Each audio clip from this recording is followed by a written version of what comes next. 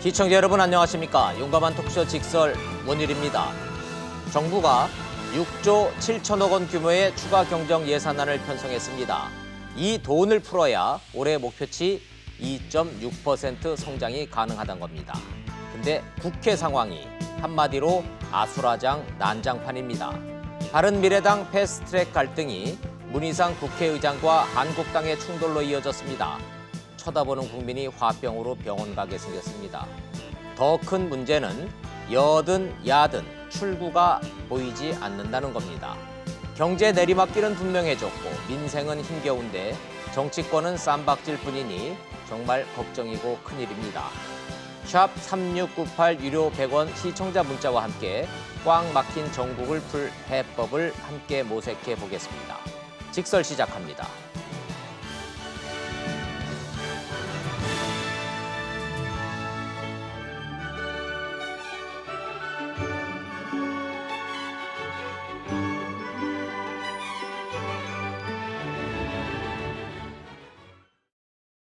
함께 점검해 주실 정치 패널 세 분 소개하겠습니다.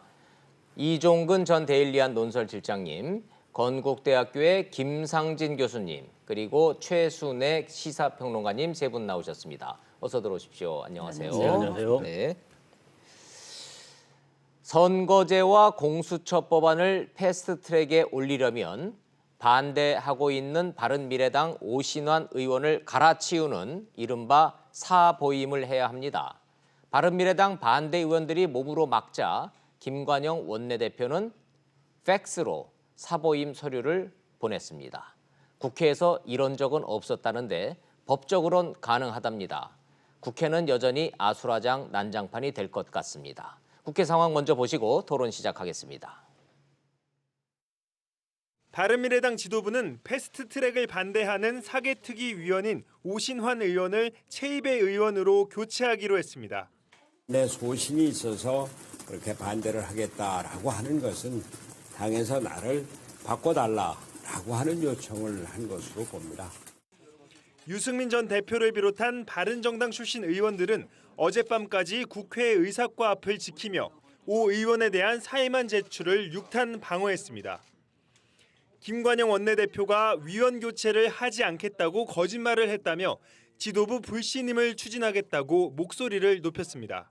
손학규 대표, 또 김관영 원내대표, 그다음에 지도부 전원은 더 이상 저는 당을 끌고 갈 자격이 없다고 생각합니다. 지금의 꼴이 뭡니까? 도대체 지도부라고 하는 사람들이 당을 이렇게 두 동강이 내고 어떻게 당을 이렇게 운영합니까? 있을 수가 없는 일입니다. 김 원내대표는 반대파 의원들의 주장을 일축했습니다. 사보임을 안 한다는 전제로 표결을 했다고 그쪽에서 말씀하시던데 맞나요? 네, 그쪽의 주장입니다. 네.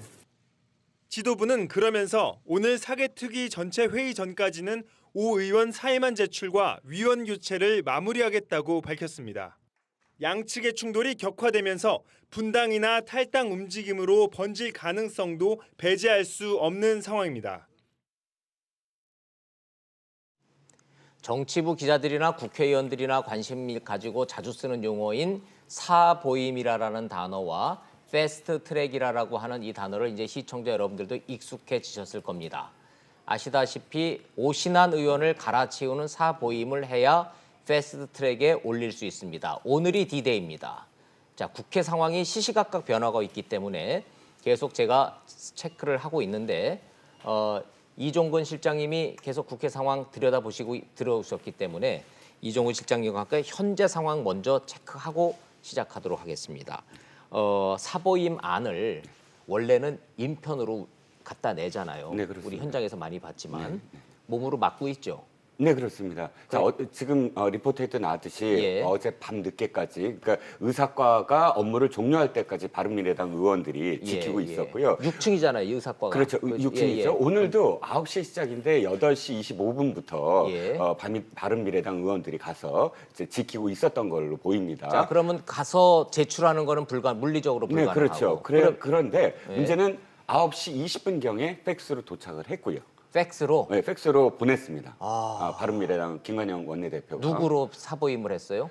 최이배 의원. 최이배 의원으로 최이배 우리- 의원으로 예, 예. 하겠다고 의사과에 보냈고요. 예. 그걸 지켜보던 유승민 의원과 그다음에 오신환 의원은 그 길로 이제 문희상 의장이 지금 입원해 있는 병원으로 달려가고 있고요. 지금. 오늘 아침 상황을 보면은 의사과의 모든 팩스를 다 지키고 있다가 네. 띠리리릭 하고 그 팩스가 도착을 하면은 그 종이를 탁 낚아챈다라고 바른미래당에서 그랬었는데 네, 뭐 인터셉트를 한다 뭐 예, 이런 예. 어떤 얘기가 있었어요. 그런데 실패- 사실 거기까지는 안 갔고요. 실패했군요. 네네. 그렇게 뭐 못하- 실패했다기보다는 사실 스스로 하지 않은 거로 보입니다. 그래서 그 인터셉트 한다고 해서 그것이 뭐 다시 또 안 보낼 수도 없는 예, 거고요. 예, 예. 그건 무의미하다고 아마 바른미래당 의원들도 판단한 것 같고. 좋아요. 정리하면은 네네. 바른미래당 김관영 원내대표가 사보임을 사람이 가서 내는 거 서류를 내는 게 물리적으로 불가능해지니까 팩스로 국회의사과에다가 밀어넣습니다.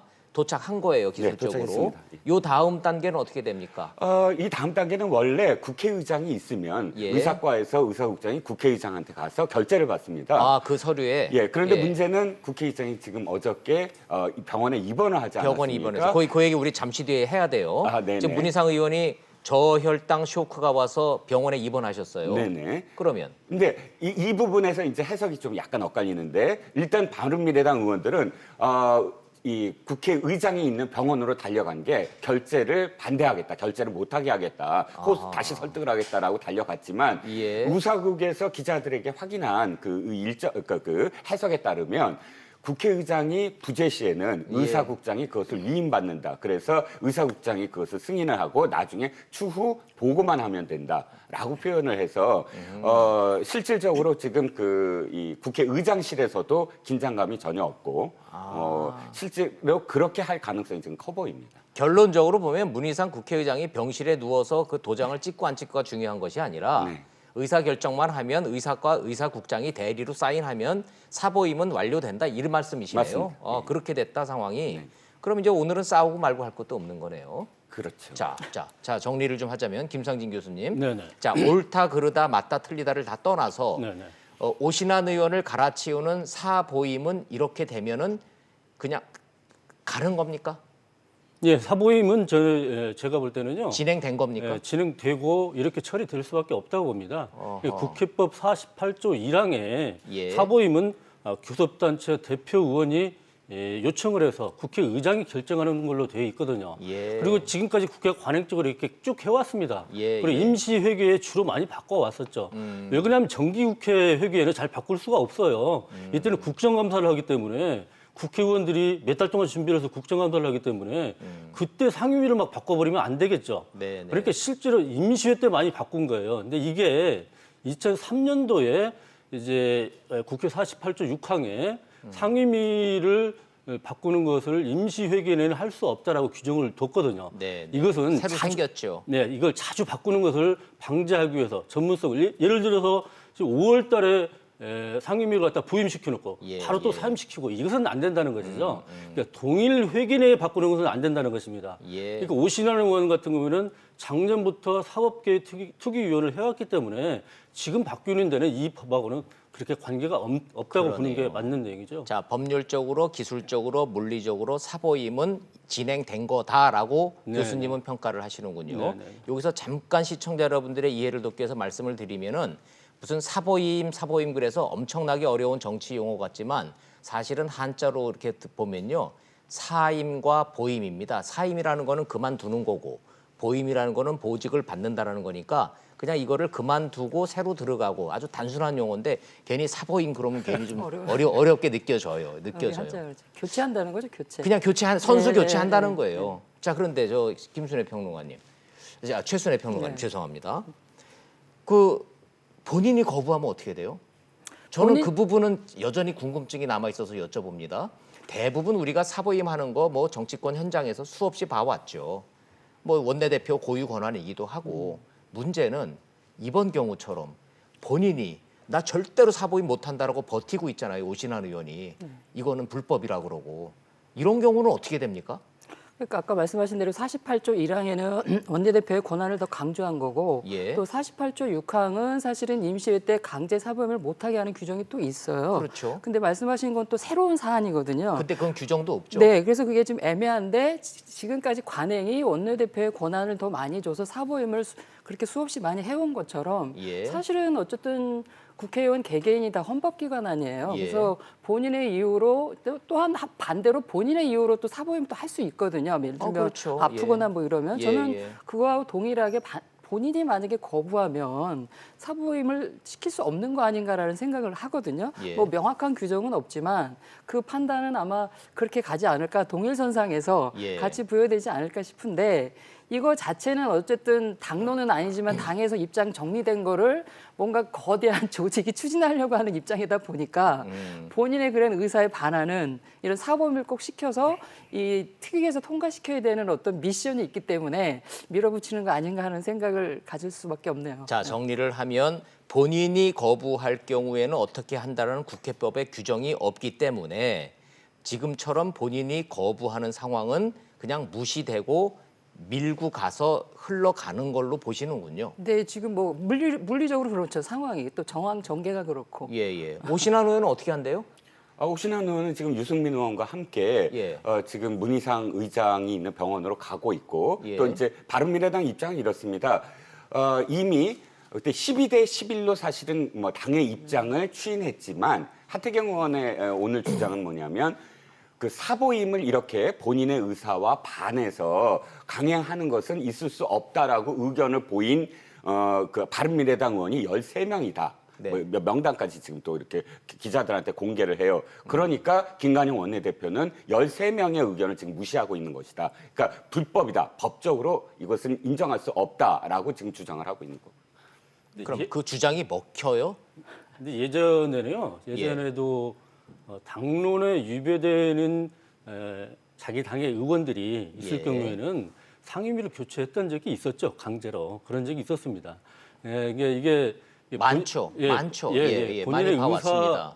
본인의 의사가 상임위를 바뀌지 않겠다고 해도 당론에 위배됐을 경우는 왜 그러냐면요. 국회는 예. 가장 우선시되는 게 교섭단체 대표 의원과 그리고 상임위는 간사 간의 여야 협의로 모든 일정을 하게끔 되어 있습니다. 예. 그렇기 때문에 각 당의 교섭단체 대표이나 간사들이나 이 사람들은 자기 당의 당론을 또 관철시키는 게 임무가 있거든요. 그렇죠. 그렇기 때문에 자기 당의 당론과 위배됐을 경우에는 그걸 교체하는 것이죠. 그러니까 예. 이것은 그렇게 되면 이제 그 의원이 그 당에 있느냐 없느냐 만약에 자기가 당론과 위배되는 행위를 했으면 당을 탈당을 할 수도 있는 것이죠. 그것은 그 당의 문제이지 국회 운영의 문제하고 또 틀리다는 문제이죠. 근데 문제는 오신환 의원의 주장은 이게 당론이 아니라는 거 아니에요. 그 얘기를 시청자 여러분들한테 좀 해드려야 될 것 같은데. 예. 네, 이제 먼저 자, 하시고 이렇게 순서 자, 드릴게요. 이제 그 4시간의 회의장으로 이제 사실 되돌아가 봐야 돼요. 예, 시계를 좀 거슬러 가보자고요. 예. 자, 예. 4시간 동안 바른미래당 의원들이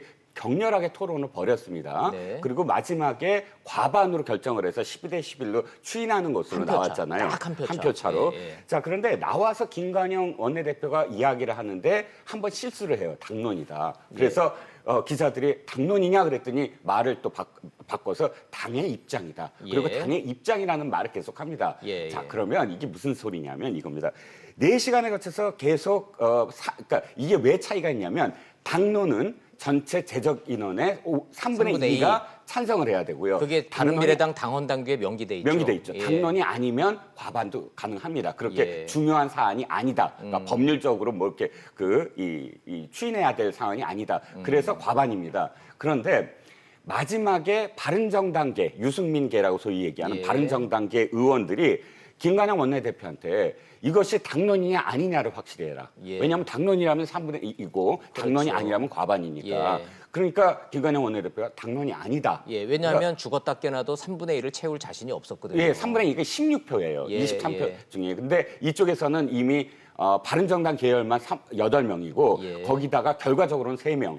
뭐 이태규 의원 등 들리는 말에 의하면 안철수계 의원 3명이 더 포함이 됐거든요. 네. 그래서 11명인데 그럼 최소 8명이 반대를 한다고 하더라도 16대 7이니까 과반 아까 저 3분의 1은 전혀 불가능했어요. 예, 예. 이쪽 그 자, 좋아요. 그럼 결론적으로 시청자 입장에서 봤을 때는 당론이 아닌 거예요. 패스트트랙에 찬성한다라는 거는. 예. 그래서 지금 그 말씀만 더 드릴게요. 그러면서 바른정당계 의원들이 받아들인 게 뭐냐면 그렇다면 확실히 해라. 당론이 아니라면 사보임을 하면 안 된다. 그러니까 당론이면 사보임을 해야 되고 3분의 2 투표를 해야 되는데 예. 당론이 아니라면 사보임을 할 수 없는 거 아니냐. 예. 했을 때 그 지상욱 의원이 계속 메모를 했던 게 그걸 추궁을 한 거거든요. 예. 그랬을 때 김관영 원내대표가 사보임 안 한다. 라고 대답을 했다는 거예요. 예, 예. 그러니까 사보임을 안 한다는 건 이것이 당론이 아니라는 거를 김관영 원내대표가 몇 번이나 확인을 해줬다는 거예요. 근데 공개적으로. 지금 보시면은 김관영 원내대표는 그건 그들의 주장일 뿐이고 나는 사보임 안 한다는 약속 한 적 없다 이렇게 말하고 있잖아요. 오늘 이야기는 또 달라졌습니다. 오늘 뭐라고 했냐면 네. 그거는 내가 이야기한 건 맞는데 예. 라고 그러니까 아, 그렇게 이야기한 건 예, 맞는데 예. 그거는 오신환 의원과 지상 의원이 고함을 질러서 너무 윽박질렀기 때문에 대답을 한 것이지 뭐 이렇게 대답을 예, 하도 이렇게 거세게 생각하는 나오니까 것도 어쩔 수 근데 없이. 기본적으로 이건요. 예. 당론이 아니냐, 당론이냐 문제는 그 당의 문제죠, 사실. 그 당 내부의 문제이죠. 예. 그리고 어쨌든 간에 그 비밀 투표를 해가지고 결정을 했지 않습니까? 당의 의사 결정을 했단 말이죠. 그러면은 원내대표는 그 의사를 관철시키는 의무가 있는 건 맞죠. 그렇죠. 그러니까 그게 관철이 안 되면 원내대표 그만둬야죠. 그만둬야죠. 예. 그러니까 그것은 맞아요. 그러니까 이것이 당론이냐 아니냐 문제는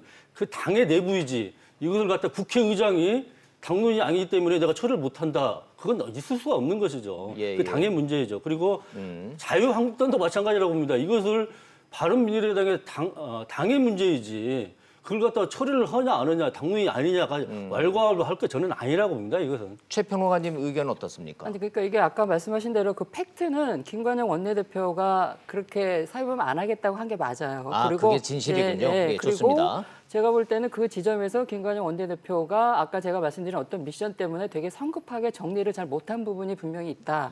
그래서 이게 상당히 갈등이 증폭되고 있다라고 보여지고요. 예. 그리고 이거는 사실은 절차상의 문제잖아요. 우리가 민주주의라는 게 뭡니까? 디테일한 절차를 되게 민주적으로 하는 거 아니에요? 그렇죠. 의견 수렴을 다 해서 네. 그 부분에 대해서 바른미래당이 지금 모습이 충분하지 않았다. 소통이 잘 안 되고 있다. 서로 신뢰를 못하고 있다. 이런 거가 지금 다 드러나는 거죠. 그러다 보니 당론으로 공시적으로 그리고 명시적으로 이렇게 정리가 돼서 뭐 이렇게 상임위에 특위에 올라가서 절차를 밟아야 되는 건데 애초에 출발부터가 이게 절차가 문제가 있으니까 이런 문제가 자꾸 생기는 거죠. 자, 뭐 절차상의 문제가 있는데 이건 어디까지나 바른미래당 내부의 문제인 거지 국회 전체로만 놓고 보면 그건 그들의 문제인 거고 결과적으로는 사보임이 됐고 패스트트랙에 올라간다까지는 정리하고 가도 되겠습니까? 뭐 옳다 그르다를 떠나서 결론은 그렇게 된 거죠. 어쩔 수 없는 거죠. 이제 패스트트랙 기차는 올라탄 거죠.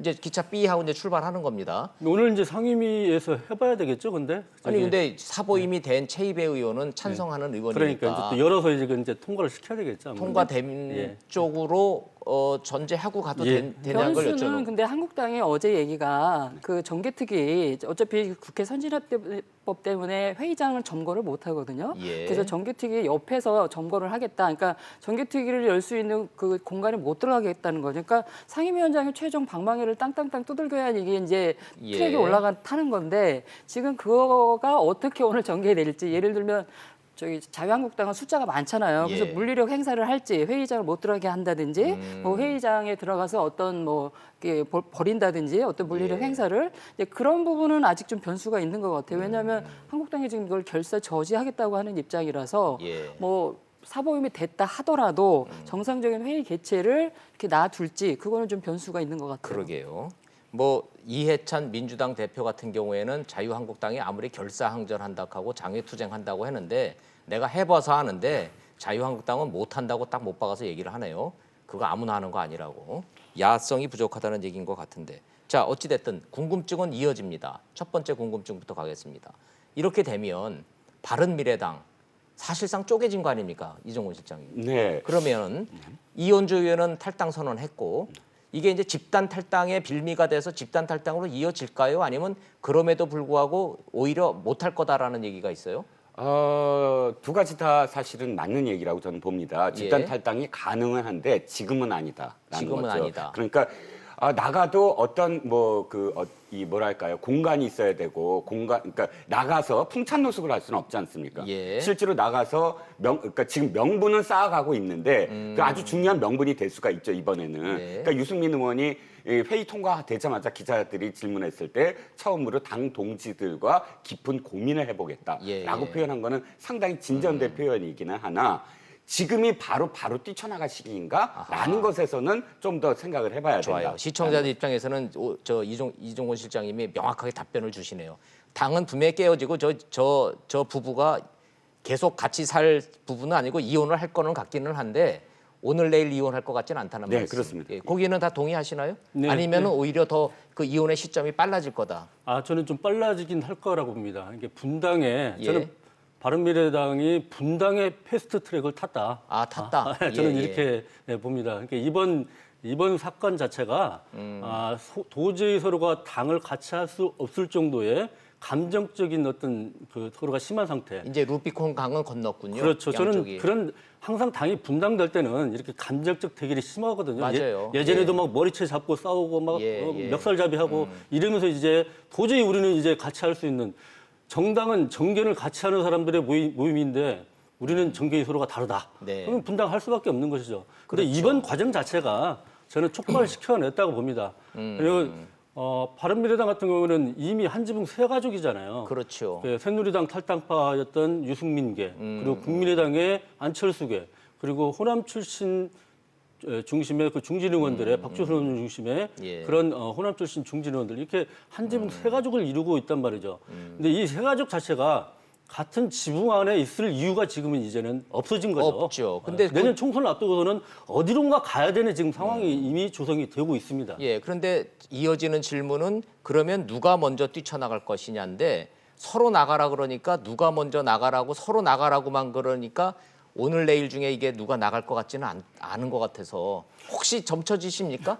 저는 이제 이게 정계 개편이 쉽게 이루어지지 않는다는 것은 이제 자유한국당이나 민주당이나 이제 이 큰 당이 예. 이 당들을 흡수할 수 있는 구심력이 있느냐 없느냐의 문제잖아요. 그런데 이 당들이 이 세력들 갖다가 쉽게 끌어당기려고 하지는 않을 거란 말이죠. 자, 그 얘기인즉슨 한국당도 민주당도 바른미래당에서 뛰쳐나오는 의원들을 흡수할 지금 준비가 안 돼 있다. 그렇죠. 만약에 이게 흡수하게 되면은 자기 당 내부에 문제가 생길 수가 있죠. 이미 총선을 준비하고 있는 후보들이 있고요. 예. 그렇기 때문에 이 세력을 굳이 끌어들여야지만 내년 총선에서 승리할 수 있다. 그럼 끌어들이겠죠. 그런데 네. 지금 상황은 그렇지 않다는 거죠. 그런데 필요하다는 것은 자유한국당은 바른미래당의 일부 세력을 흡수했을 때 앞으로의 전국을 풀어나가는데 유리한 입장이 가질 수가 있겠죠. 예. 지금 사당 전선을 깨야 되니까요. 예. 근데 민주당 같은 경우에는 의석수가 필요하지 않습니까? 법안을 그러네요. 통과시키려면. 예. 그러니까 그것이 필요한 것이지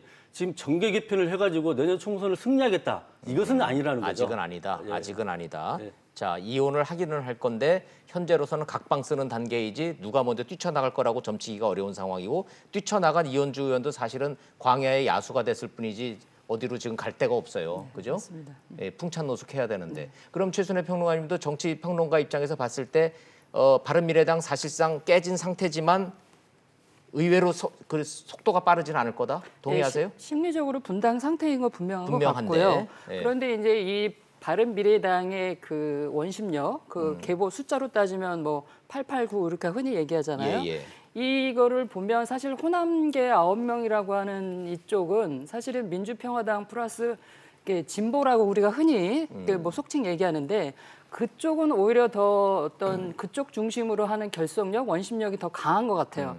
바른미래당, 그러니까 바른정당계 플러스 안철수계가 보수를 바라보는 것하고는 네. 이게 좀 결이 다르고 속도도 다르고 다를 거다. 그래서 지금 얘기로는 그런 거를 계산하다 보니 이게 지금 물론 저기 당의 50억 자산 문제도 있지만 네. 그 본인들이 나가서 어떻게 꾸릴 거냐의 효과를 극대화하기 위해서 예. 좀 더 계산을 더 할 텐데 오히려 더 저 진보 진영 쪽의 어떤 그 결속력 예. 그런 부분이 더 동기가 더 크지 않을까라는 생각을 좀 하고 지금 한국당에는 이제 유승민 의원을 비롯한 이 그러니까 뛰쳐나간 의원들을 받으려면 전제 조건이 있어요. 조원진 대표가 얘기한 뭐 탄핵 5적을 정리해야 그렇죠. 뭐 이런 부분들이 예. 있기 때문에 지금 한국당의 흐름을 봐서는 황교안 대표가 그걸 잘 정리할 수 있을까 예. 되게 좀 의문이 들거든요.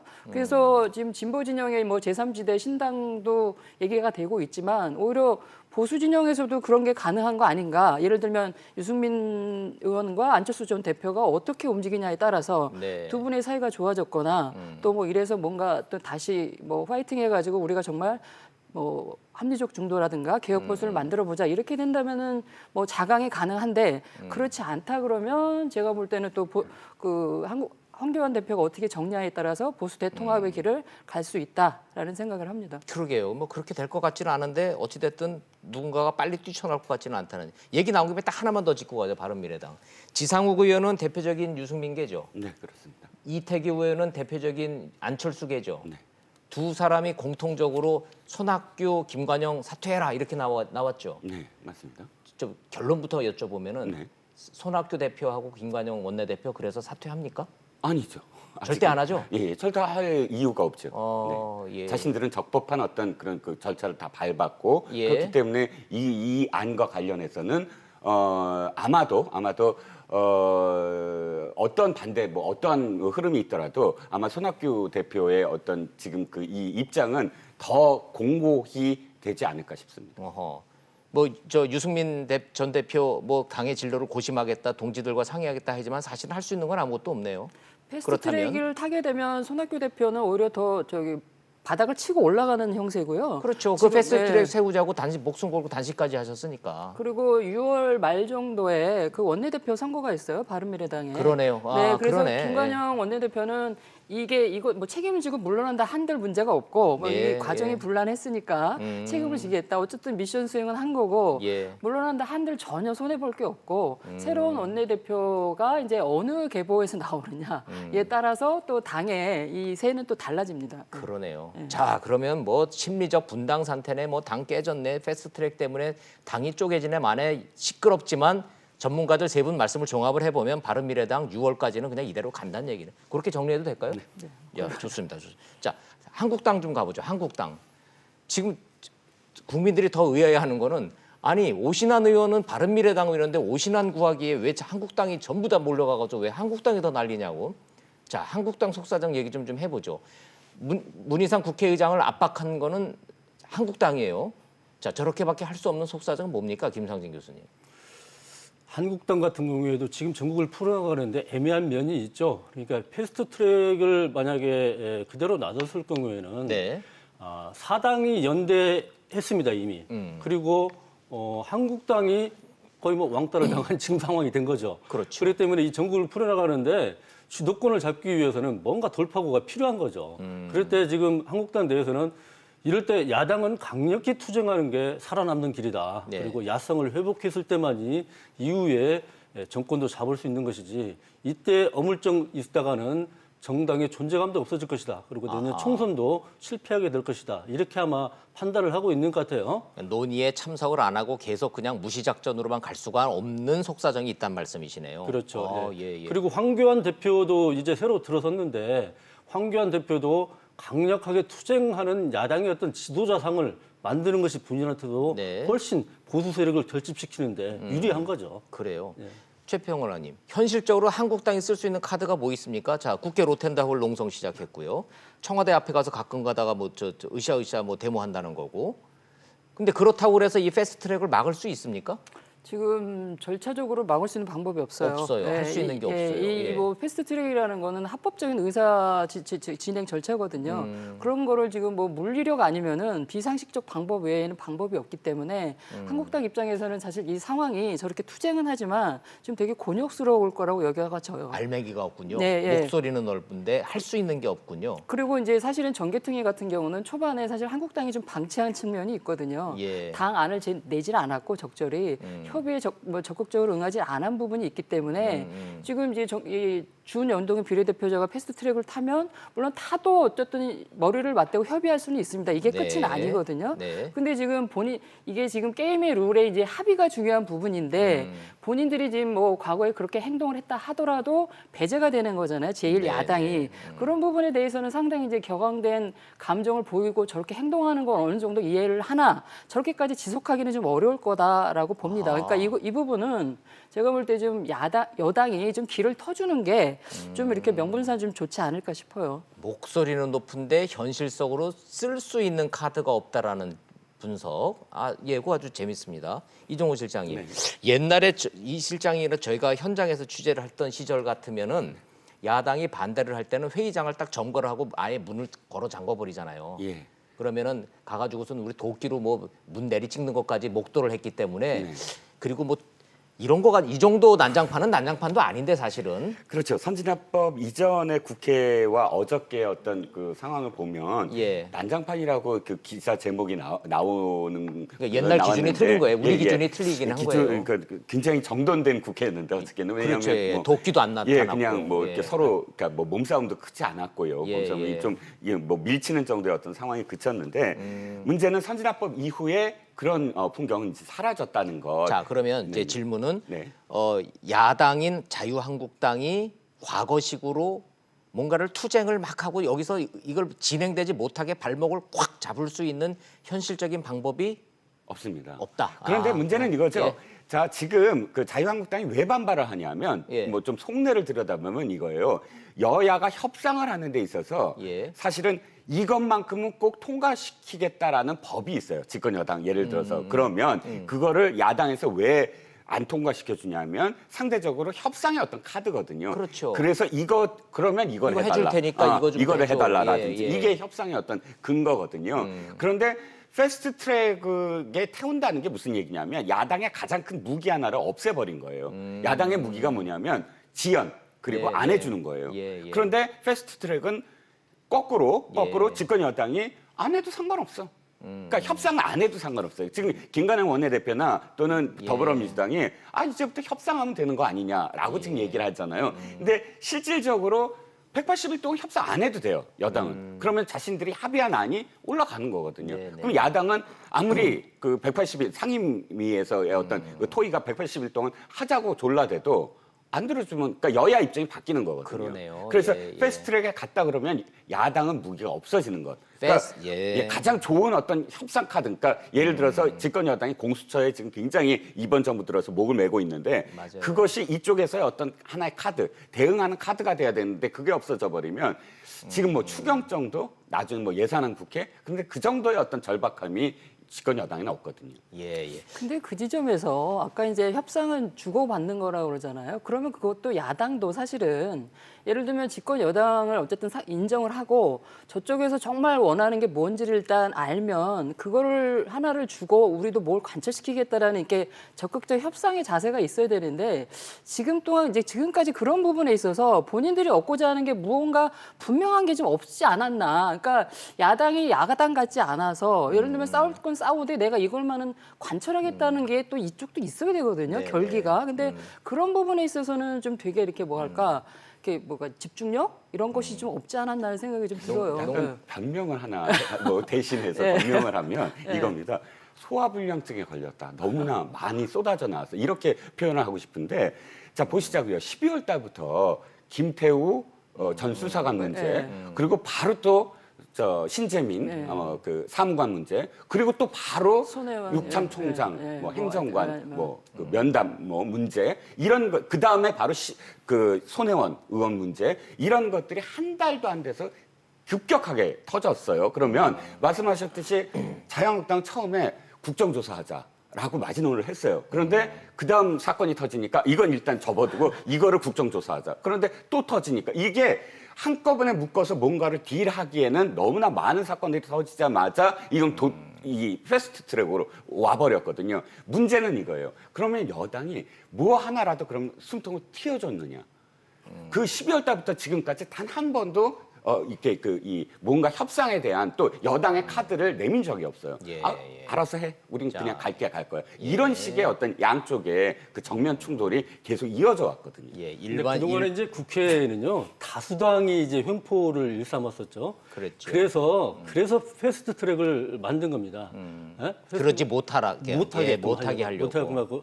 못하게끔 하려고 예. 패스트 트랙을 만든 것들이 소수당 횡포를 막기 위해서 만든 거죠. 예. 소수당이 계속 반대만 하고 논의에 참여를 안 하면은 어떤 법안도 통과시킬 수가 없는 그런 상황들로 국회가 많이 진행이 되어 왔었죠. 그래서 국회 선진화법에 패스트 트랙을 설정을 해서 무조건 이것은 안건을 논의를 할 수밖에 없는 상황으로 만들기 위해서 그랬던 것이죠. 네, 그러니까 네. 소수당이 계속 발목 잡는 것을 막기 위해서 그랬던 것이죠. 그렇죠. 그러니까 이건요, 그 자유한국당에서도 제가 볼 때는 그래요. 예. 패스트 트랙에 올라왔다는 것은 이미 논의에 참여하는 길을 열어준 거거든요. 예. 지금부터 논의를 시작하는 거거든요. 그러니까 그동안에 여당에서 무엇을 주었냐라고 하기 전에 야당이 뭔가를 요구를 해야 되는데 뭔가 요구를 하는 게 없죠. 뭔지를 모르겠어요. 주장하는 게 야당이. 무조건 반대만 해왔던 게 사실이거든요. 이것도. 세 분의 말씀을 듣고 보니까 이런 표현이 적합한지는 모르겠습니다만은 갑자기 두당 10만 원짜리 고급 뷔페에 가면 먹을 게 너무 많아서 뭘 먹어야 할지 모르는 경우 있고 먹다 보면은 다 먹지를 못하고 꼭 맨날 먹던 것만 먹다 나오잖아요. 그래서 자유한국당이 이게 연말부터 쭉 너무 현안이 많이 오다 보니까 뭔가 집중력과 효율성이 떨어졌다라는 얘기는 정치권에서 많이 나오곤 있는데 국민 여러분들도 많이 좀 동의를 하실 것 같습니다. 샵 3698로 현재 국회 상황에 대한 시청자 여러분들의 의견을 들으면서 전문가들과 함께 좀 분석을 좀 하고 있습니다. 그런데 엉뚱한 이슈가 하나 터졌습니다. 잠깐 좀 산으로 좀 가야 되겠습니다. 불가피하게. 어제 그 난리판 속에 그 점잖았던 문희상 국회의장이 성추행 논란에 지금 휩싸여서 병원에 입원을 하셨습니다. 그 당 상대였던 저 이미자 의원, 저 지금 화면 저기를 보세요. 예, 요 장면입니다. 요 장면. 예. 요거 때문에 성추행 논란으로 갔고 자유한국당은 성추행 프레임, 국회의장 사퇴하라까지 갔습니다. 근데 요거 어떻게 봐야 되는지 전문가들하고 한번 얘기 좀 나눠보죠. 자, 일단요. 이종훈 실장님. 네. 문희상 의장님은 키가 크신 분은 아니지만 풍채가 좋기 때문에 일단 체격이 크시죠. 네, 그렇습니다.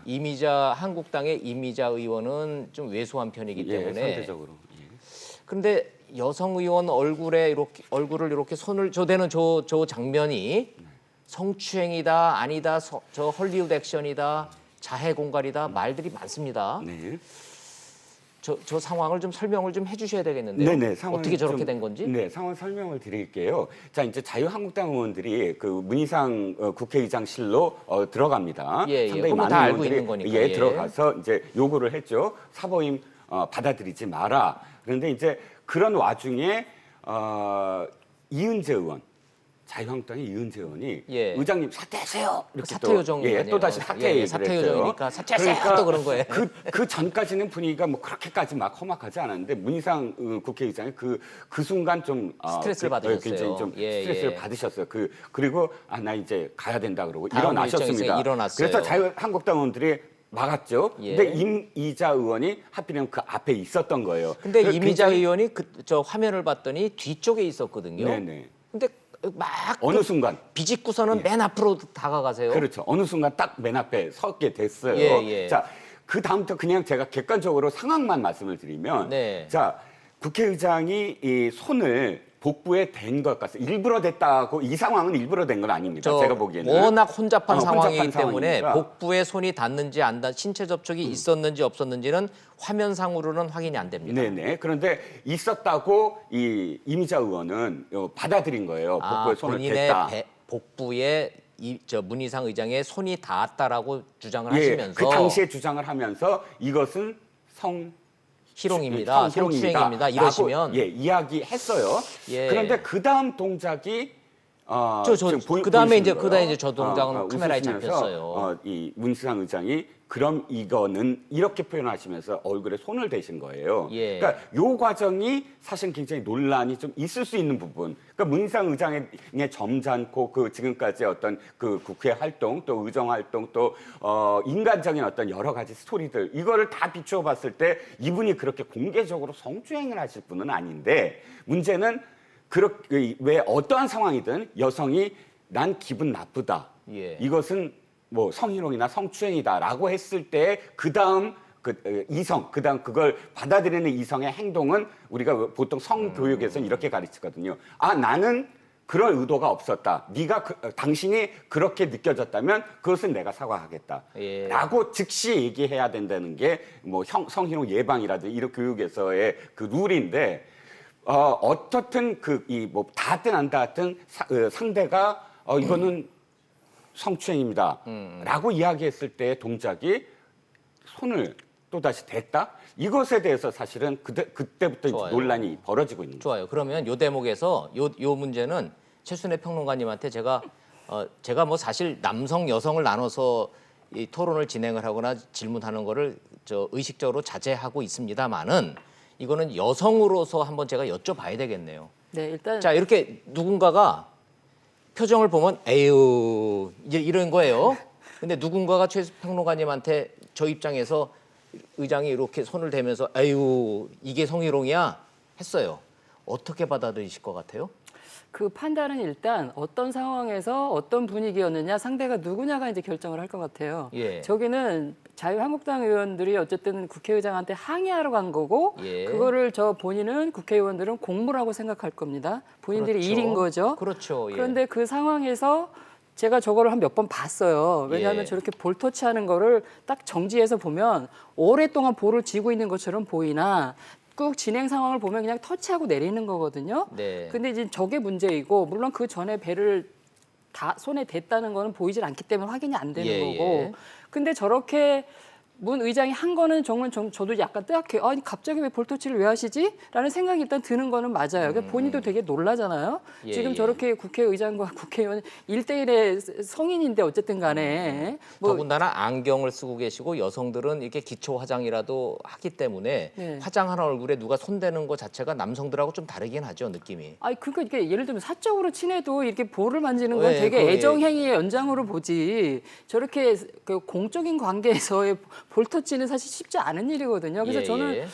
국회의장께서 왜 저렇게 했는지 상당히 이제 의문이 들고 그 부분은 좀 해명이 필요하다는 생각이 그러면 들고. 여성 입장 다 떠나서 여성 입장에서 봤을 때 저거는 수치심과 모멸감과 아 이거는 기분 나쁘다 나라고 하는 이미자 의원의 주장 자체는 일리가 있다 이렇게 말씀하시는 겁니까? 근데 그 대목에서 국회의장의 표정이나 또 본인의 그 당시 반응이 결코 그렇게 액션을 이쪽에서 취했고 그렇게 또 받은 것 같지는 않아요. 왜냐하면 또 이미자 의원이 저 이렇게 행보를 보면 뒤에서 있다가 앞으로 와가지고 의장이 움직일 때마다 팔을 뻗어가지고 계속 마크를 해요. 맞아요. 못 나가게. 네, 그 예. 역할을 나름대로 제가 볼 때 받은 거 아닌가 그리고 싶어요. 뒤에서 예. 오디오가 누구 말인지는 안 들리는데 여성 의원들이 막아요, 여성 의원들이 막아요 그렇죠. 그랬단 말이에요. 예, 그렇죠. 이게 나름대로 이제 그런 작전의 어떤 일환으로 움직인 거는 있는데 그럼에도 불구하고 어쨌든 결론적으로 저는 볼 터치를 여성 의원한테 볼 터치를 딱 했다 이거 자체는 적절치 않다. 좀 이해가 좀 안 가는 부분이고 예, 왜 예. 저 상황에서 저 분위기에서 저렇게 하셨을까라는 예. 거는 그 지점은 저는 제가 볼 때 해명이 좀 있어야 될 것 같고 그러네요.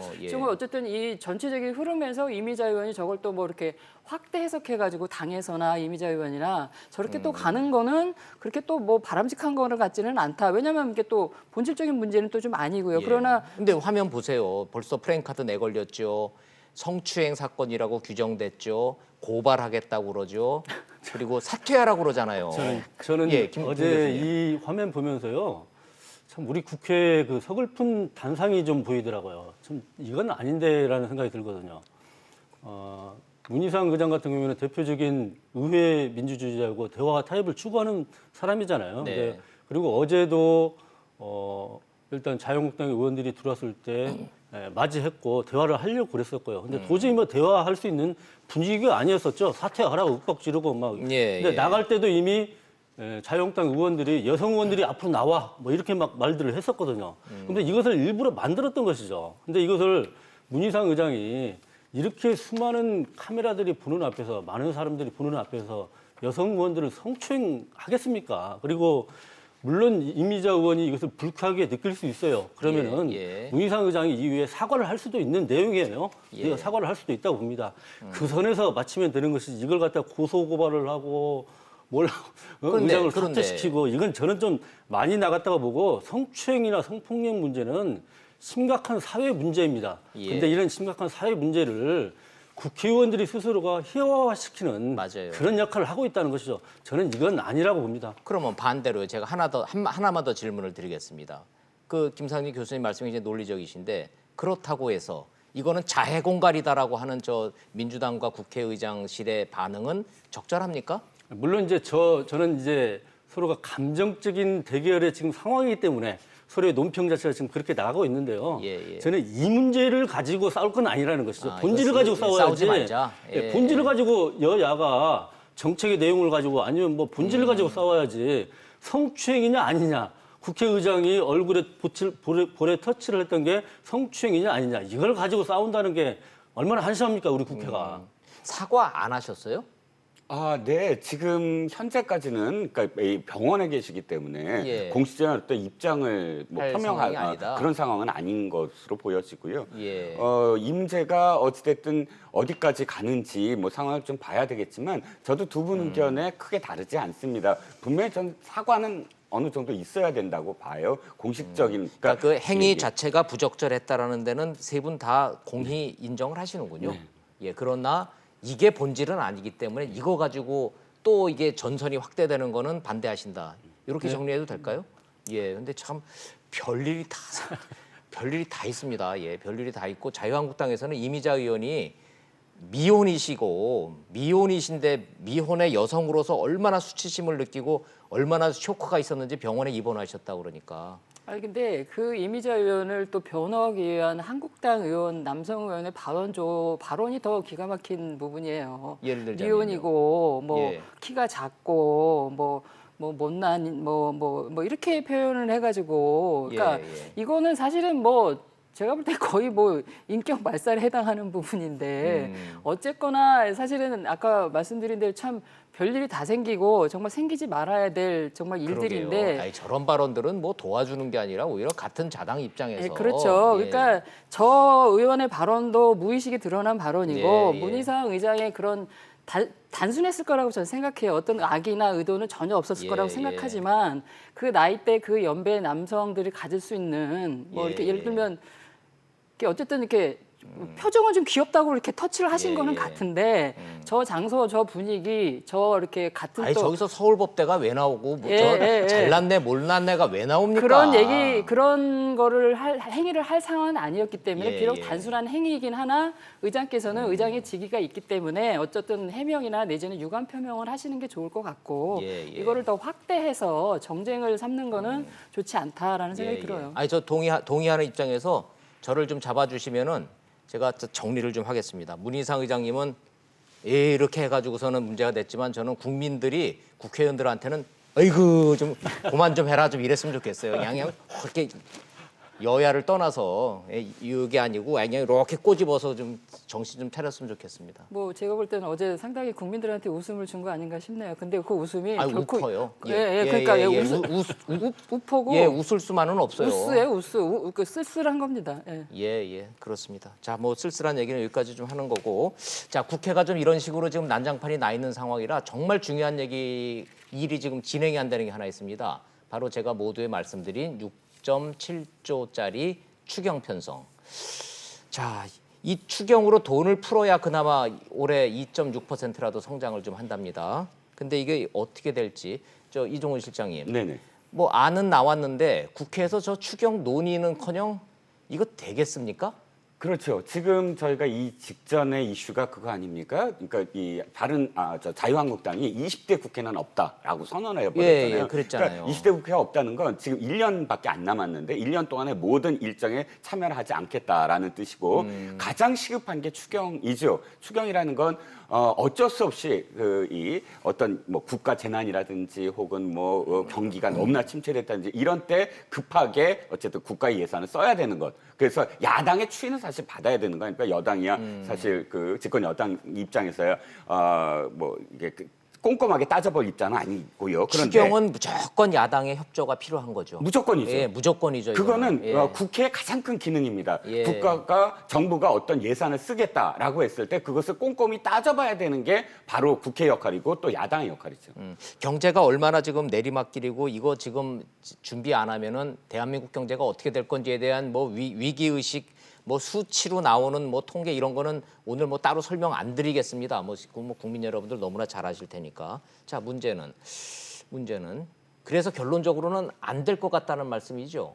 저는 근데 개인적으로는 안 되지는 않겠죠. 그거는 야당한테도 사실은 불똥이 떨어집니다. 정치적 부담이 왜냐하면 있으니까. 추경을 만약에 진짜 추경을 안 한다 그러면 예. 실제로 지금 이 재난 그러니까 예, 포항 예. 재난이라든지 산불 이런 것들은 어떻게 합니까? 거기에 실질적으로 바로 돈이 들어가야 되고 또 경기 부양도 마찬가지입니다. 만약에 진짜 추경을 안 해서 경기 부양이 이렇게 됐다라고 그 짐까지 야당이 끌어안을 필요는 없는 것이거든요. 야당도 끝까지 버티지는 못할 거다. 문제는 시간이 걸릴 문제고 국회가 워낙 아수라장이니까 제대로 안 되긴 안 되겠지만 야당도 끝까지 안 해줄지는 못할 거다. 그렇죠. 그것은 이제 좋습니다. 궁극적으로는 사실 추경은 통과될 가능성이 크나 예. 진통은 굉장히 큰 진통이 있을 것이다라는 거죠. 예, 좋습니다. 제가 재정 전문가들, 이른바 예산이나 재정 이런 거 좀 잘 아는 교수님들, 전문가들한테 여러분한테 여쭤보고 공통적으로 나오는 질문과 문제의식을 두 분한테 공통 질문으로 드리겠습니다. 다 좋은데 6조 7천억 원짜리 그 추경의 내용을 들여다보면 기가 막힌다 이거. 이거 좀 문제 많다라는 지적들이 너무 많이 나오고 있어요. 두 분의 의견은 어떤지 공통 질문으로 드리겠습니다. 먼저 최평으로 하세요. 어떻게 이 내용에 뭐가 문제가 있어서 이 전문가들이 고개를 깨우뚱깨우뚱 하십니까? 예, 그래서 이 추경의 시작을 보면은 사실은 작년 12월에 예산이 통과되고 올해 2월부터 추경 얘기가 먼저 나왔어요. 그러니까 상당히 이른 시기에 이제 추경 얘기가 나온 거죠. 너무 이르렀다. 네, 그 부분도 있는데 이제 그 시작이 어떻게 되냐면 3월 초에 문재인 대통령께서 경기가 미세먼지로 시작한 예. 미세먼지 추경 얘기가 나왔다가 그다음에 이제 강원도 산불 때문에 이제 그 산불을 저기 보상하기 위한 그 그렇죠. 국민 안전 추경으로 갔다가 사실은 그 두 가지만 또 추경으로 할 수 없으니까 여기다가 경기가 지금 하반 국면이니까 선제적 경기 대응 이래가지고 추경을 하거든요. 근데 예. 지금까지 추경을 보면 사실은 이제 다 못 쓴 추경, 예를 들어 미세먼지 대책 올해 추경이 6조 7천억인데 미세먼지가 이제 2조 2천 정도 되는 거거든요. 예. 근데 지금 2조 2천 중에 이제 1조 5천 정도가 이제 미세먼지예요. 집중적으로. 근데 사실 미세먼지 추경은 작년에도 재작년에도 있었는데 그 미세먼지 추경을 다 쓰지도 않은 상태에서 지금 또 추경을 잡았다. 뭐 예를 들면 뭐 어린이집이나 뭐 노인정 같은데 공기청정기 설치하는 네. 거를 다 쓰지도 않았는데 이번에 벌써 309억을 넣었다. 이런 거. 그러니까 추경을 하겠다고 잡아놓고 이게 사실은 계획이 있어서 잡은 추경이 아니라 일단 돈을 만들어 놓고 거꾸로 쓸 때를 찾으니 그때 작년 추경도 다 못 쓴 상태에서 이게 추경을 쓰겠다는 항목을 만들어서 이게 땜듯이가 아니냐. 그리고 또 이제 경기 대응 같은 경우도 사실은 어떤 산업 활력을 위해서 어떤 집중 투자하는 게 아니라 이렇게 뭐 시력급여를 준다든지 현금성 살포다. 복지 어떤 정책의 일환으로 나눠주는 거에 집중하니까 지금 원래 선제적 경기 대응이라는 거에 취지를 못 살리는 게 있기 때문에 이 추경 자체가 오히려 낭비성이다. 예산 낭비다. 이제 이런 게 이제 주류이고 또 한편으로는 경기 살린다 그러면 사실은 더 해야지. IMF에서 우리가 원래 0.5% GDP의 0.5% 9조 원 얘기를 했잖아요. 근데 그거보다 지금 적게 잡았는데 아예 그럼 대량으로 더 써서 우리가 그러니까 돈을 더 풀 수 있는 상황이기도 하니까 더 써서 오히려 그러면 본질적인 어떤 경기 살리는 정책을 도모하지 왜 이렇게 어정쩡하게 쓰느냐 이런 이런 지적들이 좀 있어요. 근데 추경도 이제 불용이 있다는 거잖아요. 다 못 쓴 거. 네. 그런 부분에 대해서는 감시가 좀 있어야 되는 부분이 있고 사실은 야당이 들어와서 그런 걸 해야 돼요. 맞아요. 그래서 국회가 지금 정상적으로 돌아가고 있다면은 이런 내용 가지고 하루 종일 토론을 좀 해야 되죠, 우리가. 그래서 추경 자체는 사실은 정부 여당의 좋은 아이템인 거는 맞는데 네. 야당도 그렇다고 그래서 그걸 반기할 수가 없는 거거든요. 그러네요. 어떻게 썼는지 철저히 감시를 해야 되고 필요하면 본인들의 또 필요한 어떤 추경을 땡겼을 수도 있는 거거든요, 야당이. 예. 그런 부분에 있어서는 지금 이 이게 국회 상황이 추경과 맞물려 가지고 되게 지금 걱정스럽다 이런 생각이 들어요. 자, 동일한 질문 드리겠습니다. 예, 저는 예. 기본적으로 예산을 긴축 재정을 할 것인지 아니면 뭐 재정 확장적 확대 정책을 할 할 것인지 것인지. 이러한 판단은 경제를 운영하는 정부가 해야 된다고 봅니다. 할 그렇죠. 수밖에 없고요. 정해졌잖아요. 예. 재정 확정 정책을 쓰겠다고. 그렇죠. 근데 예. 지금 현재 상황을 오늘 뭐 발표했듯이 1분기에 경제 성장률이 2008년도 이후에 지금 마이너스 0.3% 처음이라고 네, 하잖아요. 네, 네. 예, 경제를 심각한 상황으로 보고 있는 지금 것이죠. 마이너스 성장한 거 지금 2008년 이후 최초니까 11년 만에 처음이에요. 예, 처음이죠. 그러니까 예. 굉장히 피부로 느끼잖아요. 저희가 경기 예, 나쁜 걸. 우리 경제가 안 좋다는 것은 누구나 느끼고 있고 이것을 어떻게 살릴 것인가 이런 부분들에 대한 그것을 이제 정부에서 대책을 세워야 될 텐데 이것이 과연 추경만 가지고 되는 것이냐라는 네. 이제 문제 제기는 있을 것 같아요. 지금 홍남기 부총리 말씀하신 저 내용이군요. 추경만으로 이게 다 모든 게 해결되지는 않는다는 얘기는 그렇죠. 말씀하시는 예, 거네요. 저는 그럼에도 불구하고 예. 추경은 우리의 경제가 지금 안 좋다면은 재정의 건전성을 유지하는 선에서 재정의 건전성을 유지하는 선에서 저는 추경을 편성해서 투여할 필요는 있다고 봅니다. 그래야지만 경제에 일정 정도의 활력을 좀 줄 수가 있거든요. 예. 그렇다고 해서 추경만을 투여한다고 해서 경제가 살아나지는 않거든요. 경제가 살아나는 건 기본적으로 민간에서 투자를 해야 되는 것이죠. 민간에서 예. 투자를 하고 경제가 선순환 구조를 가져와야지만 경제가 살아나는데 네. 추경을 해가지고 이것을 그동안에 해왔던 사업들만 가지고 그대로 한다고 해서 중소기업 정책 지원금을 냈더니 이것을 아는 인맥이 좋은 사람들만 정책 자금 빼먹고 말더라. 뭐 이런 식의 내용 가지고는 예. 경제가 살아나지 않는다는 맞아요. 것이죠. 그러니까 예. 이것을 어디에 쓸 것인가라는 문제는 저는 차치하고 지금이 적정한 시기인 것은 저는 맞다고 봅니다. 자, 시기는 맞다. 예를 들어서, 필요하다. 예를 들어서 자유한국당에서 주장하듯이 이것이 총선용이다. 저는 이건 아니라 봐요. 예를 들어서 총선용을 하려면은 올 연말에 편성을 하죠. 내년 4월이 총선이니까 올 연말에 편성해서 내년 총선 때 선심성 예산 쫙 풀어야죠. 예. 저는 그것은 아니라고 보고요. 예. 지금 빨리 올해 상반기 때 이것을 만들어서 지금 여름이나 이럴 때 빨리 예산을 좀 풀어주는 게 그나마 우리의 경제를 끌고 가는 동력은 맞다. 저는 이렇게 맞다. 봅니다. 예. 근데 저는 그 부분에서 하나 좀 보태고 싶은 게 그 추경의 양면성이 저는 분명히 있어요. 워낙 이제 하방을 하면 안 쓸 수는 없잖아요. 그렇죠. 뭐 민간도 축소되는 마당인데 그래서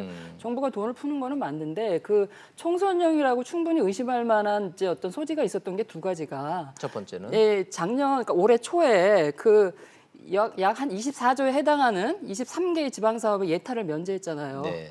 예, 그리고 그랬죠. 그리고 예. 두 번째는 지금 민주당이 그 17개 시군구를 돌면서 생활 SOC. 지방에 필요한 사업이 뭐냐 예. 다 이렇게 건의를 해라. 그래서 그걸 받아가지고 134조. 그 정도 되는 규모를 내년 예산에 반영하겠다 이렇게 돼 있어요. 그러니까 그거는 다분히 이제 물론 그럴 수 있죠. 정치를 하는 입장에서는 어차피 같은 돈 쓰는데 효과를 최대화하는 걸로 쓰겠죠. 그게 경제적이니까. 네. 이제 그런 부분에 있어서는 이제 이 상반기 아직 1분기도 끝나지 않은 마당에 지금은 뭐 시기적으로 그렇지만 3월에 이제 집행을 짠 거 아니겠습니까? 그러면 1분기도 안 끝난 마당에 지금 추경을 또 하느냐라는 지적에 있어서는 이게 다분히 내년 총선을 염두에 둔 거 아니냐라는 지적을 받을 만하죠. 두 분 말씀 들어보니까 다 그럴 듯하고 일리가 있네요. 저 시간도 많지 않아서 이종우 실장님한테 그거 좀 뭐 불편한 진실이지만 이거 좀 명확히 좀 하고 좀 가죠. 총선용이다라고 하는 이 불만은 야당에서 끊임없이 제기가 되고 있는데, 네. 자 예타 면제해줘,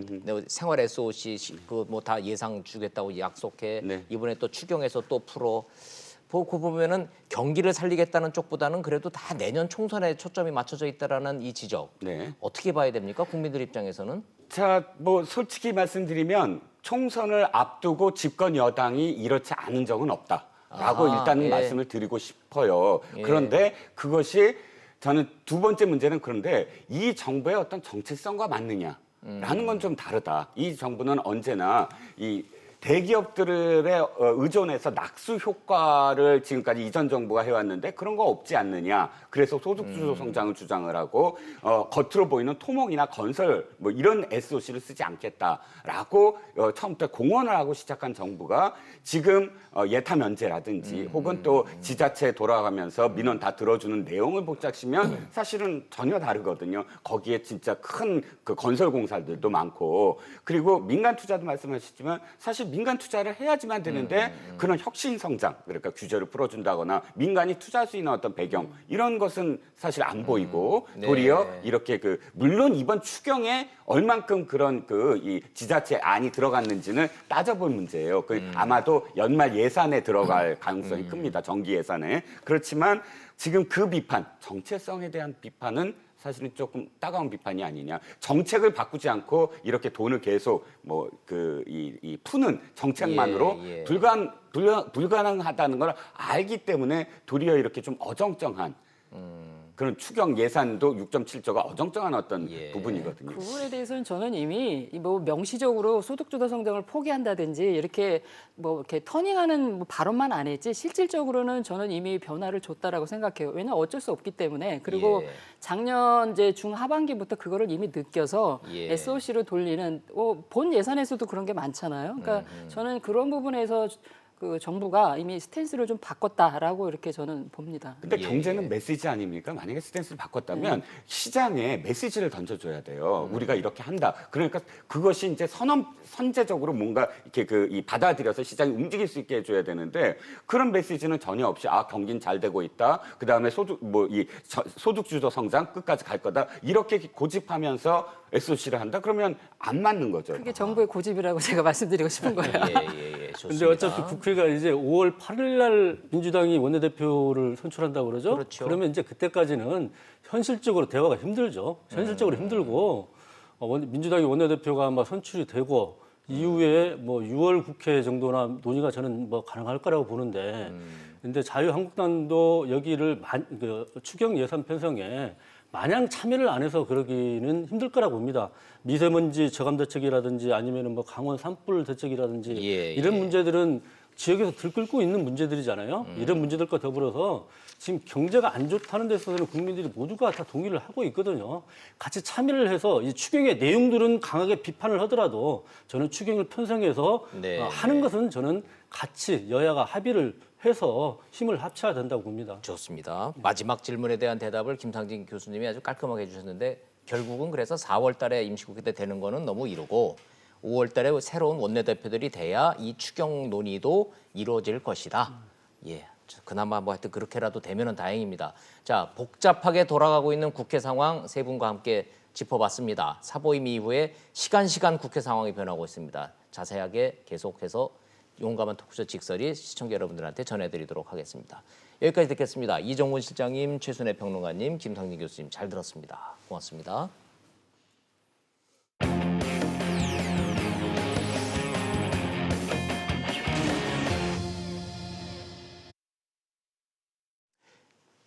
자유한국당으로 복귀한 김무성 의원이 박근혜 전 대통령 석방을 해달라는 청원에 함께 참여하자고 다른 의원들한테 편지를 돌리고 있다는 겁니다.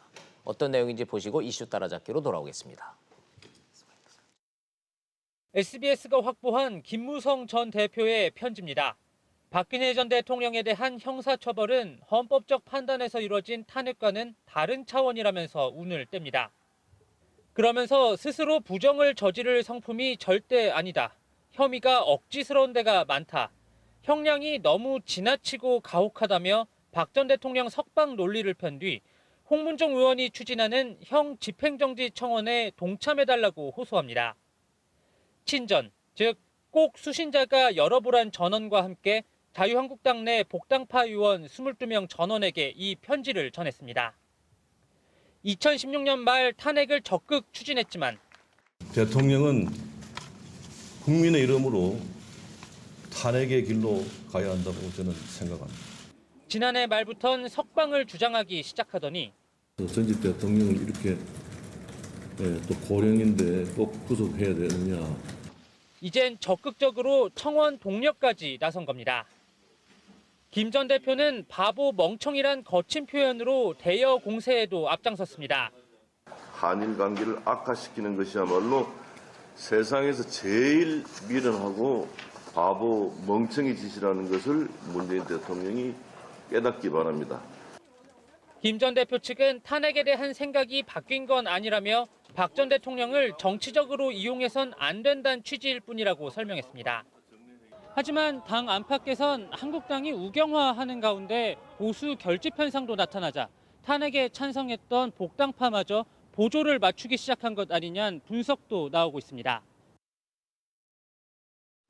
이슈 따라잡기 시간 돌아왔습니다. 김수민 시사평론가님 나오셨습니다. 어서 오세요, 김평론가님. 네, 반갑습니다. 네.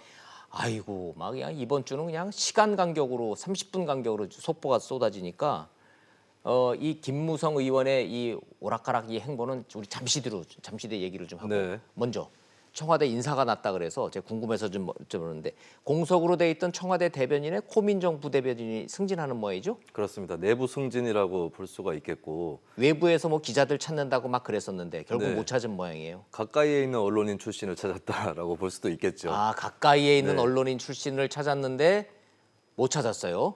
그래서 내부 승진. 내부에 있는 언론인 출신이라고 볼 수 있겠죠. 고민정 아나운서도 언론인이라고 볼 수 있으니까요. 아, 고민정 네. 부대변인은 아나운서 출신인데 범 언론인으로 봐서 저 내부 승진을 시켰다. 네, 그 말씀은 이제 처음에 김의겸 전 대변인이 사퇴할 즈음에 예. 많은 사람들이 얘기했고 저희도 여기서 얘기를 했지만 네. 언론인 출신을 고집할 필요가 있는가 예. 이런 질문이 제기가 돼서 다른 데서 찾지 않을까라는 관측도 나왔었는데 예. 얼마 전부터 다시 청와대에서 언론인 출신을 언론 찾고 있다라고 하는 출신을 보도가 찾았어요. 나왔죠. 예. 근데 글쎄요, 그런 마땅히 어떤 언론인을 찾을 수 있을지 이것도 고민이 있었겠지만 또 어느 언론사 출신이냐부터 그러네요. 시작해서 고려해야 될 것도 또 복잡하고 그리고 정치인 출신을 찾자니 내년에 총선이 다가오기 때문에 아마도 구하기 어렵지 않았을까라고 충분히 관측할 수 있고 지금까지 계속 호흡을 맞춰왔던 내부 인사들 중에서 고민정 전 부대변인을 대변인으로 승진시키는 그런 결론으로 결국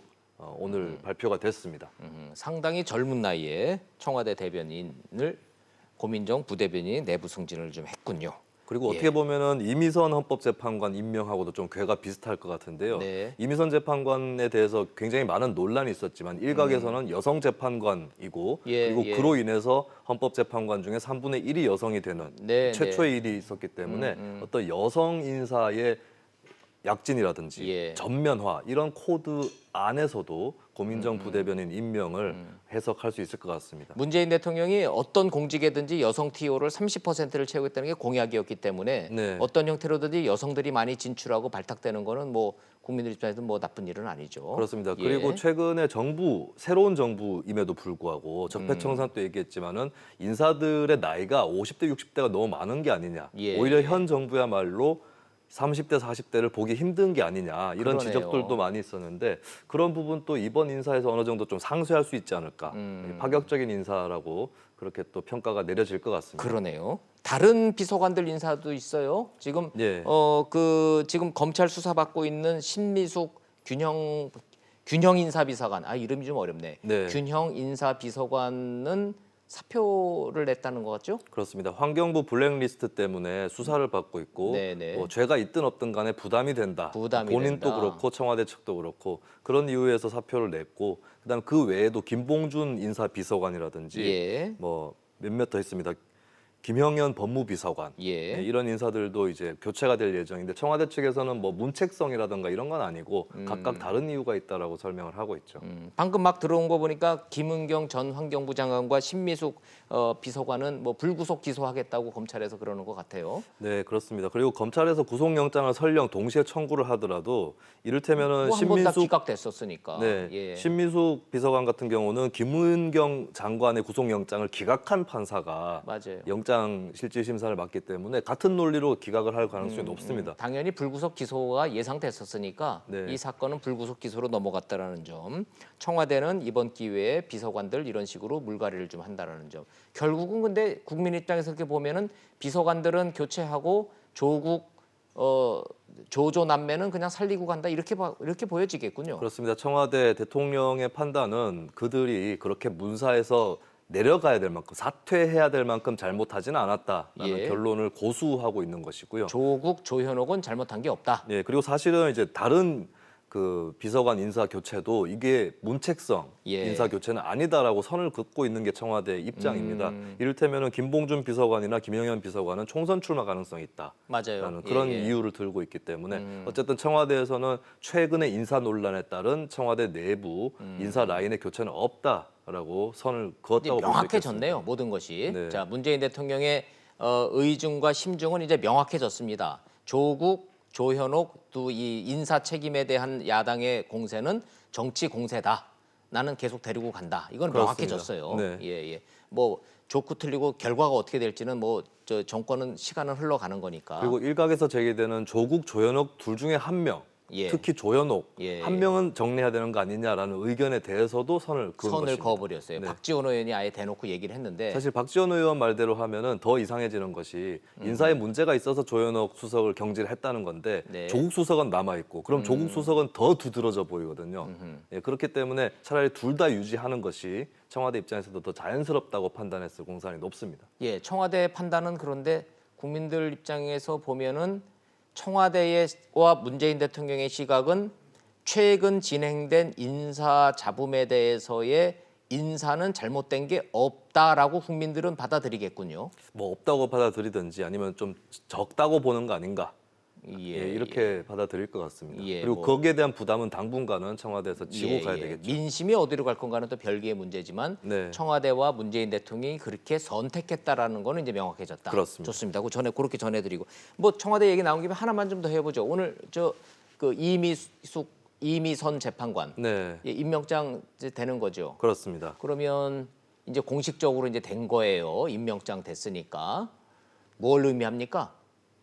정치적으로는 문재인 대통령이 네. 이 임명장을 이제 수여를 좀 해요. 인사를 강행할 만한 이유가 있었다. 인사를 라는, 감행하는 네. 충분한 이유가 있었다. 그렇게 결격 볼 수 사유는 있겠고 그래서 혹시 오늘 임명장 수여를 할 때 어떤 네. 별도의 특별한 문재인 대통령의 언급이 있을까 여기에 또 주목하는 언론들이 있는데요. 근데 사실 인사에 그렇게 크게 문제가 없었다라고 하는 그 입장을 유지하고 있다면은 네. 뭐 새삼 주식 문제라든가 이런 것들을 신경 쓴 듯한 그런 멘트는 나오지 않을 것이라는 관측을 하는 게 더 맞겠죠. 아유, 설마 대통령 입에서 뭐 또 주식 얘기가 나오고 네. 그러면 좀 곤혹스럽겠죠. 그리고 아마 제가 예측한 데는 두 재판관에 대해서 진보 재판관이라고 불려지고 있는데 예. 진보라서 좋다 뭐 이런 얘기는 하지 않겠지만 물론이죠. 헌법재판소에 예. 최근 계속 올라가고 있는 위상과 더불어서 두 재판관이 맡고 있는 뭐 인권 보호라든지 이런 재판관으로서의 책무와 그리고 역사적 예. 의의 이 정도에 대해서는 발언을 할 수도 있지 않을까. 그렇죠. 오히려 예. 이제 자신의 인사가 옳았다라는 것을 그렇죠. 예. 우회적으로 설명하는 그런 언급은 나올 수 있을 것 같습니다. 대통령은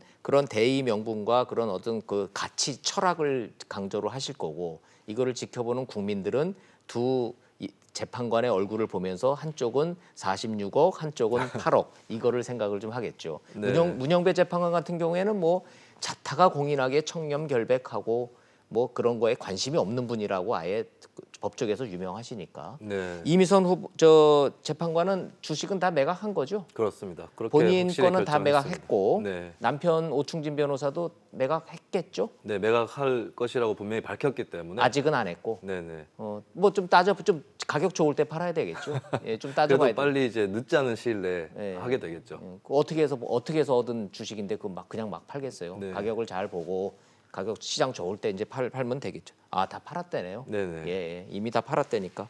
좋습니다. 이제 이런 거를 말씀을 드리는 이유는 청와대가 이제 인사 문제에 대해서는 일단락 된 겁니다. 네. 예. 좋습니다. 이렇게 됐고. 자, 다시 이제 맨 앞으로 다시 가서 김무성 자유한국당 의원 탄핵에 앞장섰었잖아요. 그렇습니다. 탈당했었잖아요. 네. 근데 이제 와서 석방하는 탄원을 쓰는 편지를 돌리고 있어요. 예. 이거 어떻게 해석을 해야 됩니까? 참 뭐 박지원 의원이 한번 언급했듯이 탄핵의 1등 공신이라고까지. 왜냐하면 탄핵이 3분의 2, 국회의원은 3분의 2를 넘겨야 되고 그러니까요. 김무성 의원을 위시한 비박계의 동참이 없으면 탄핵이 성립이 안 되는 그런 상황이었기 때문에 김무성 의원의 탄핵 앞장이 없었으면 박근혜 전 대통령 탄핵 안 되지 않았을까요?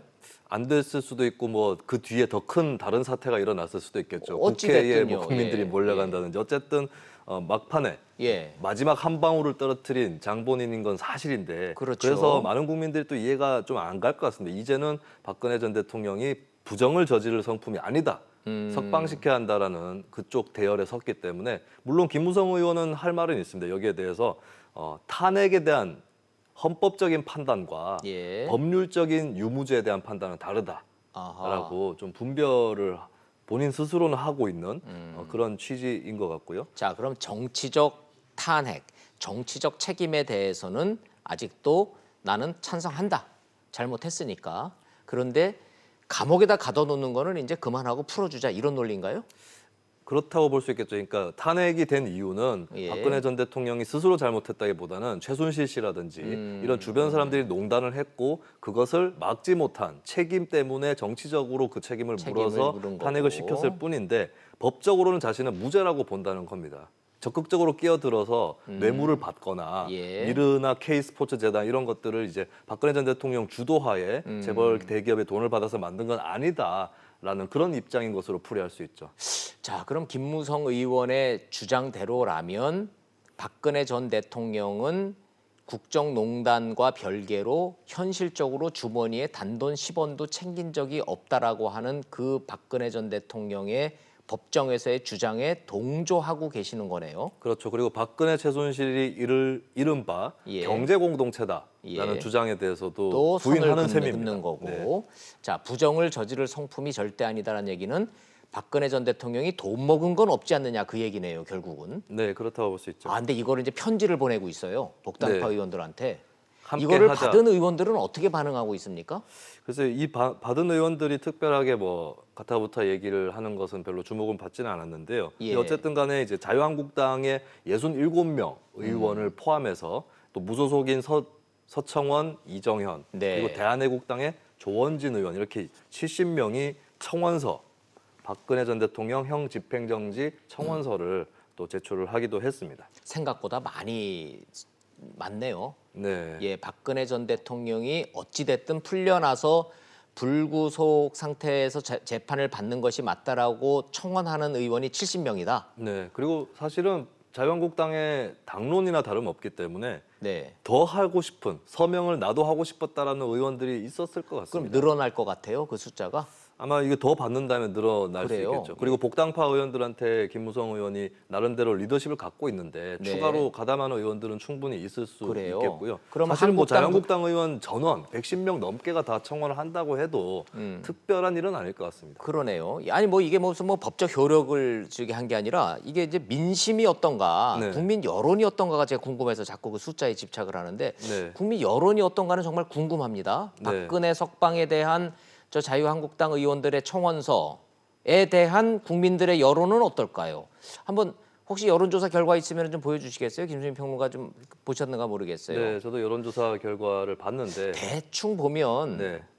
반반쯤 되나요? 반반까지는 되지는 않고요. 예. 이제 한마디로 얘기하면 자유한국당이 왜 여기에 매달리는지 알 수 있는 여론조사가 나왔어요. 뭐냐면 무슨 뜻이시죠? 자유한국당 지지율보다 예. 박근혜 전 대통령을 형 집행정지해야 된다는 여론의 비중이 더 높게 나타났습니다. 일단 자유한국당 지지층만 봐도 압도적으로 형 집행정지, 석방을 해야 된다라는 여론이 높았고요. 아 잠깐만요. 이건 우리가 저 시청자 여러분들 오해하실까 봐 정확히 해드려야 되는데. 지지층 사이에서 예. 자유한국당 자. 지지층 사이에서 찬성이 84.9%가 나온 것이죠. 박근혜를 석방시켜야 된다라는 거는 전체 국민이 아니고 자유한국당 지지층 중에 그렇다는 얘기죠? 네.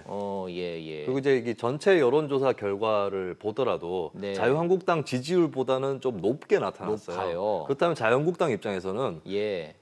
그것만 봐도 어떻게 보면 외연 확장 아니냐라고 생각할 수 있는 것이겠죠. 그러니까 적어도 표를 속칭 까먹는 그러네요. 행동은 아니다라고 판단을 할 수 있었던 것이고. 김 평론가님 분석을 들어보니까 자유한국당 내에서 왜 저런 움직임이 나오는지 이해는 되네요. 그리고 이제 더 속살로 드러나 놓고 보면은 충청 지역 같은 경우는 찬성이 더 높게 나타났습니다. 찬성이 더 높게 네, 나오고. TK도 팽팽하게 나타났는데 충청은 찬성이 조금 더 높게 나타났어요. 이런 걸 봤을 때 자유한국당에서 요 정도 얘기는 해도 괜찮겠다. 그렇군요. 그러니까 박근혜 전 대통령에 대한 국민들의 호불호를 떠나서 좋아하지 않지만 풀어주는 게 맞지 않느냐라는 국민들이 있는 것이 확인된 거기 때문에 그것이 그리고 자유한국당의 현재 지지율보다는 높은 경향이 있기 때문에 그러네요. 자유한국당 쪽에서는 우리 지지층도 결집하는 동시에 외연 확장에도 크게 무리가 없다라고 판단을 크게 손해날 일이 없다. 예. 반면에 민주당과 정의당 지지층들은 90% 이상이 뭔 소리 석방 반댈세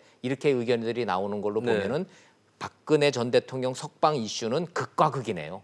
그리고 이제 현재 자유한국당의 수준을 봤을 때는 민주당이나 정의당 지지층을 자신의 당으로 끌고 오는 그 단계까지는 나아갈 여유가 없는 것이죠. 그렇죠. 당분간은 그럴 아니죠. 여유가 없는 거죠. 정권 교체 가능성이 눈앞에 다가오면 모를까. 현재로서는 대오를 추스려야 되는 그런 단계에 있고 그런 의미에서 김무성 의원도 본인이 박근혜 전 대통령을 정치적 이용하면 안 된다는 취지에서 청원을 했다고 하지만 거꾸로 정치적으로 당의 단합을 위해서 여기에 적극적으로 이왕에 할 거면 함께 하자라는 서한을 복당파 의원들한테 보냈다고 볼 수 있습니다. 이해됐습니다. 한마디로 얘기해서 선결집 후 확장이네요. 전략이. 네. 아하, 그러면 이해가 되네요. 그리고 이제 주목할 만한 거는 김무성 의원의 다음 단계 행보가 어디냐인 겁니다. 지금 현재는 황교안 대표 체제 리더십에 힘을 보태주고 있는 모양새인데 그냥 힘만 보태주고 끝나지는 않을 것이다라고 상식적으로 예측을 할 수가 있겠죠. 그러네요. 그렇다면 우리가 쉽게 예측할 수 있는 것은 김무성 의원이 다리가 돼서 지금 당 밖에 나가 있는 특히 바른미래당에 가 있는 그 탈당파 의원들을 다시 흡수하는 과정. 을 주선할 가능성이 높고 보수 대통합의 역할론 뭐 그렇죠. 이런 거겠네요. 그리고 황교안 대표한테도 내가 많이 도와드렸으니 이제 외연 확장도 해야 되고 그 의원들 다시 받아주자 이런 건의를 하는 가능성이 굉장히 높지 않을까 싶습니다. 뭐 정치적으로 설명을 해주시니까 다 이해가 되기는 하는데 국민들 입장에서 보니까 뭐 왔다 갔다 하는 거는 어쩔 수가 없네요. 그죠? 네, 국민들 입장에서는 사실 뭐 하자는 건지 헌법재판과 탄핵의 논리와 법적 논리를 너무 그렇게 분리한 것에 대해서 특히 그리고 김무성 대표는 박근혜 전 대통령하고 조금 껄끄러운 관계였던 맞아요. 거 이런 거 포함하면은 김무성 의원이 이제 뭐 이미지를 개선했다라고 보기는 어려울 것 같습니다. 참 알다가도 모를 게 정치입니다. 네. 잘 들었습니다. 여기까지 듣겠습니다. 고맙습니다. 감사합니다.